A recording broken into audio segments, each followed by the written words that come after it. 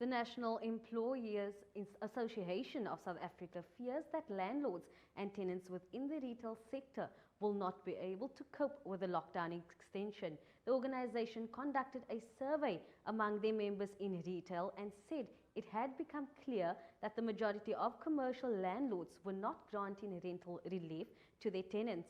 The association represents 10,000 businesses across South Africa.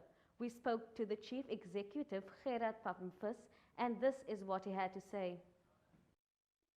NEASA is in existence for 25 years. I established the organization in 1996. We pride ourselves that we are championing the cause of the employer. And we focus on labor law and the everything that's happening in the workplace. But we go beyond that and also assist businesses, especially in the current situation, where business find itself in an extremely difficult situation. And what is happening impacts on all areas of business. So we are involving ourselves, and that's why we are also looking at business in this particular situation. We're dealing about tenants and their dealings with landlords. But we must understand, we represent business. We also represent landlords. And any demand on the tenants is this stage is very hard on them.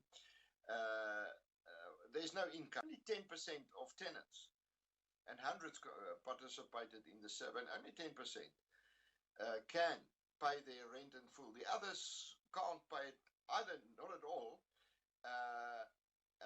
or only a portion of that. This morning I read an article where the employers and tenants in the clothing industry offer to their landlords 10% or nothing. That's what they can do.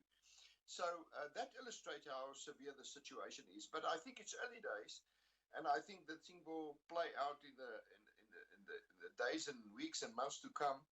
Well, it is having a tremendous impact, with the exception of the small number of businesses that qualify as essential services. The rest has closed their doors.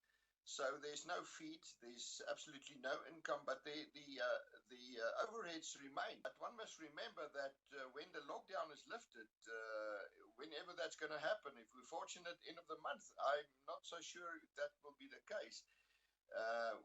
We must remember that the economy will start up very, very, very, very slowly. The Minister of Finance yesterday said that South Africa will find itself and is already in a very deep recession.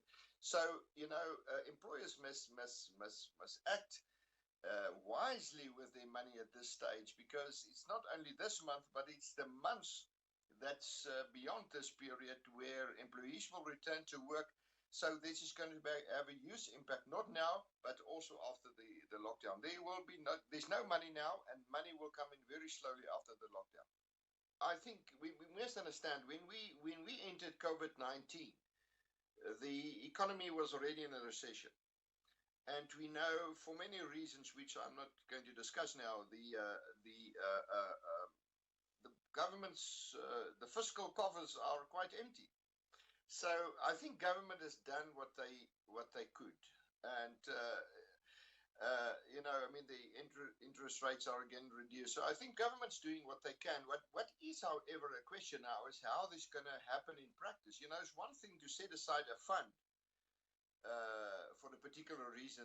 The second part is how business access that fund and to what extent is paid out timelessly.